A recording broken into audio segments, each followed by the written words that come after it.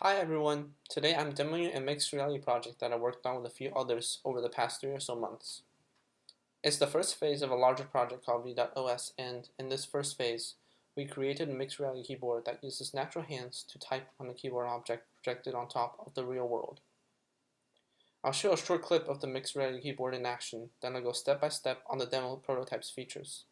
Take a look.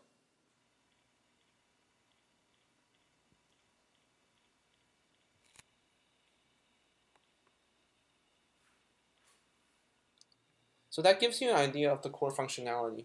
Here is a breakdown of how it works.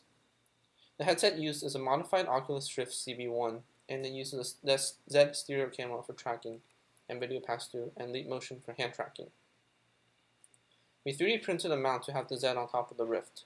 The headset feels a slight bit heavier due to the pitchwise torque from the stereo camera, and there are several more wires attached, but overall the design is unobtrusive.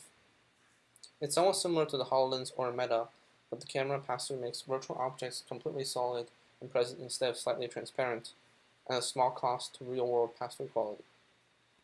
It is cheaper to build and easier to synthesize the SDKs. I'm likely going to try out other MR hardware in the future to experiment more. Next, the mixed reality component was a crucial consideration in development. Z allowed for great inside-out positional tracking, and with some Unity work, the objects in the scene were anchored in 3D space by such tracking. The camera also allowed for depth occlusion, which isn't really important for this phase, but will be useful in the future. As I move around the keyboard, we can see it from different angles with minimal sliding. The system auto-readjusts when the tracking is somewhat off.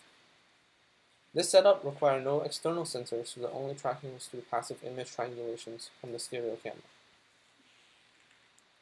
The other part of the project was incorporating hands into the scene, and Leap Motion made it easy to add the hands.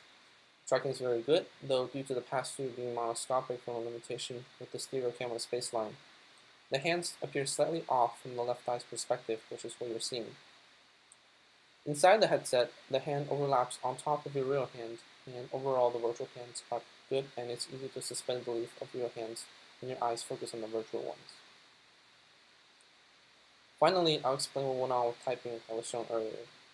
The clicks were detected as collisions, and we experimented with visual and audio feedback. We implemented the click animation as well as the sound on each key press. This approach feels very natural to many who tried the demo in person. As a way to improve the accuracy, we implemented a bigram autocorrect feature, and you'll see it fix my mistake on typing the word correct. Sometimes it doesn't correct to the right word, and as is the case with the word auto, and a simple delete after the correction will override the changes. Overall, the autocorrect adds an extra layer of accuracy and user-proofing for the keyboard. I've planned a phase 2 for the project already, and it was a blast learning and working on this phase of the project. Thanks to Richard Lin for making the 3D mount hardware, to Jihi Huang and Diwakar Ganesan for programming autocorrect, and Rajan Ramesh for some design inspirations. Thanks to Professor Jay Borenstein for some inspiration at the beginning of the project. Thanks to Stereolabs' Farron for helping with getting the stereo camera software up and running.